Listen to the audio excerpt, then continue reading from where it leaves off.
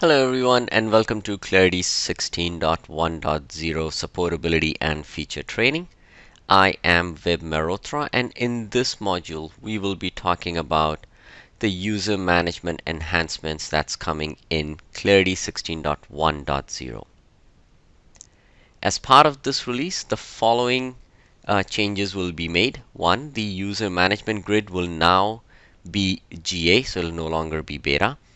We are going to introduce a new security right that will allow the administrators to control who can access this user management grid in Modern UX.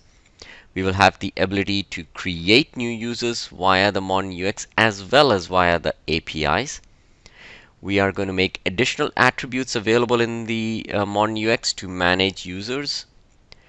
The administrator can also star certain records for these users in the Modern UX to be able to easily access them. And finally, we are going to now allow auditing of the user data in the Modern UX. The reason this is important is because in the previous release, we introduced the user management grid as beta. In this release, we are going to make this functionality GA.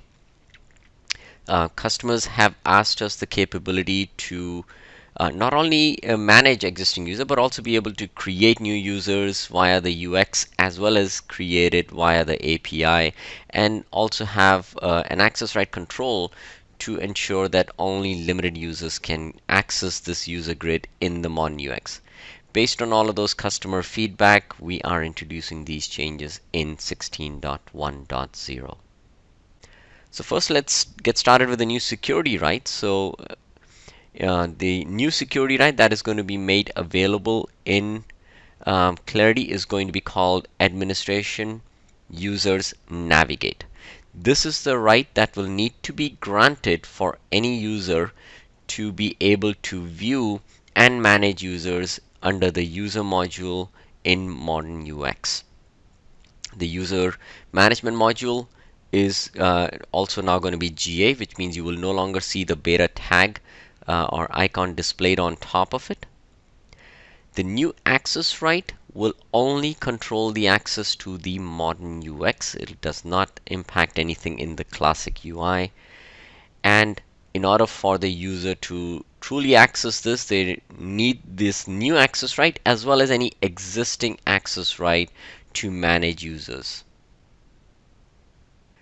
Managing of the users via the grid, we are making the following attributes available that can be used to manage the user information. These attributes are description, employment type, force password change, time zone, and the start attribute itself.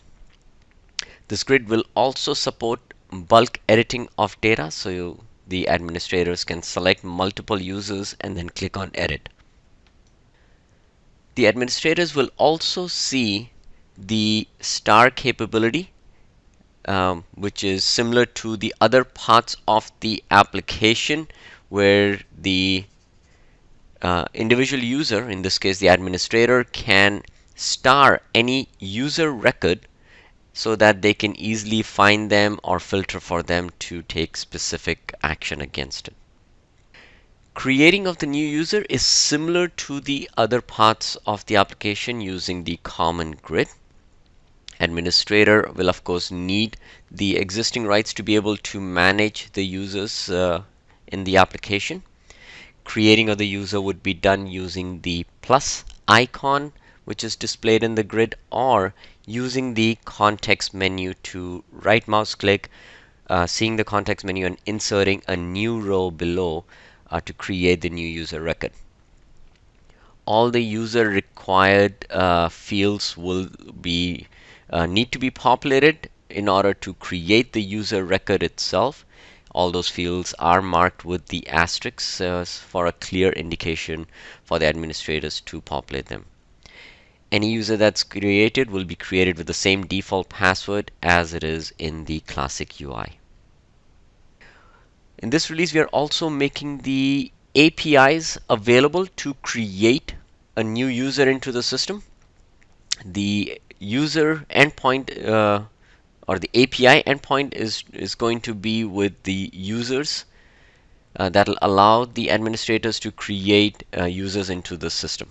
All required values need to be passed in order to successfully creating the user. User can also be assigned to one or multiple groups at the time of the creation. The group information, if and when passed using while creating of the user, is inclusive, which means any user group that is listed in the API call, the user will be assigned to only those groups that are listed in the API call and no other group that might exist in the system.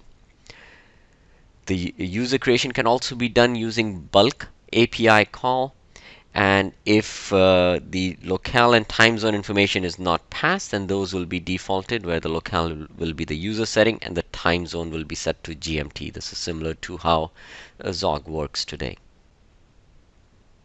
Here's some sample API calls. It is pretty straightforward. Of course, if you're writing an API call, you can also do a describe on the user's endpoint, and that'll list out all the attributes that are available. And here are some samples as to how you can create a user with no user group passed to it, or create a user with multiple user groups assigned to it. We are introducing the user as an object in Studio in this release. This object will only allow the ability to audit its attributes. You cannot define any custom attributes in this user object. The attributes that will be enabled for auditing will only be audited for modern UX, and changes made to a user record in the classic UI, modern UX, user settings, and API will all be audited. Alright, with that, let's see the product in action. So first I'm going to begin by going into Clarity 16.1.0 in the classic UI, and I'm going to go into the administration and license so I can show you the new license that is the new access right that is available in this release. Again, the access right is called administration users. Navigate, and there it is. By filtering for it, I can see the administration users navigate. This is the new access right that is available, which will be consuming just the view only license type. Next, I'm going to go into the studio of the administration, and I'm going to click on objects to see the new object that is going to be available in this release, which is called user. Going inside of this object, I can see that similar to the timesheet, this is very limited as to what type of setting can be done to this object. I can, in this case, essentially click on audit trail and see which all attributes I want to audit. So let's go ahead and audit certain attributes. In this case, I'm going to audit the email address, the employment type, the locale, the status, time zone. I'm just going to add those for any changes made to it. In addition, I'm also going to audit the email address, employment type, as well as the time zone for any new records that are getting created. You can see that the list of these attributes are down to only those attributes that are available in the modern UX. So these are the only attributes that can be audited. Let's save and return. Next, I'm going to go into the modern UX of the application, and here I can then go ahead and see under administration, I can see that we have the user module without the beta icon next to it. Navigating inside, I can see the user module with all the list of users that are available. I can also look at my columns and see the five new attributes that are made available in this release. Those are description, employment type, force password change, start. These attributes are available for me to manage from right here. Next, I can also update multiple users using the bulk edit. So for that, I'm just going to go ahead and select these 4 users. I can then click on edit, and I can see that the same 4 users are available. I can easily change their language to French and save the record. And for all those users, the language is now changed to French. I can change it back using the same bulk edit to English.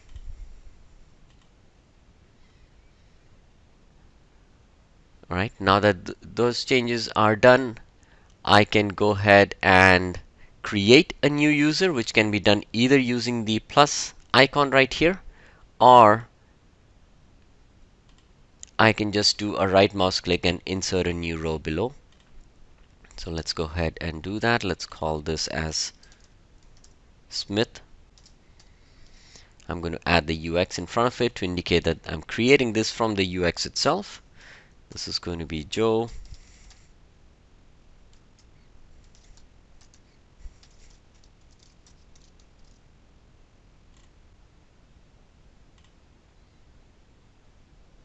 Now that all the required fields are populated, you can see that the record is created for me and the user is created in the system.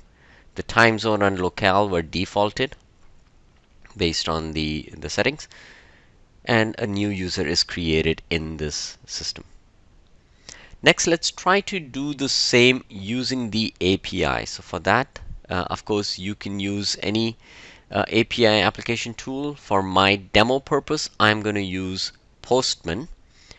And right here, just for keeping it simple, I've predefined in my project the different API calls. The first one is the API call to create a user from the API passing the specific parameters to create the user.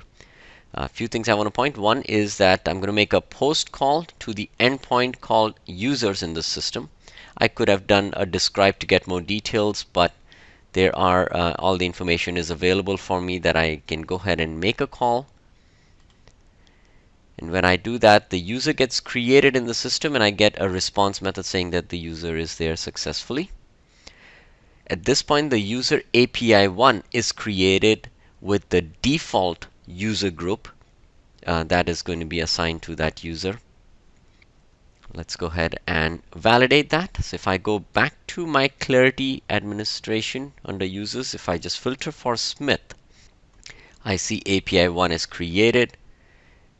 And if I go ahead and include the user group,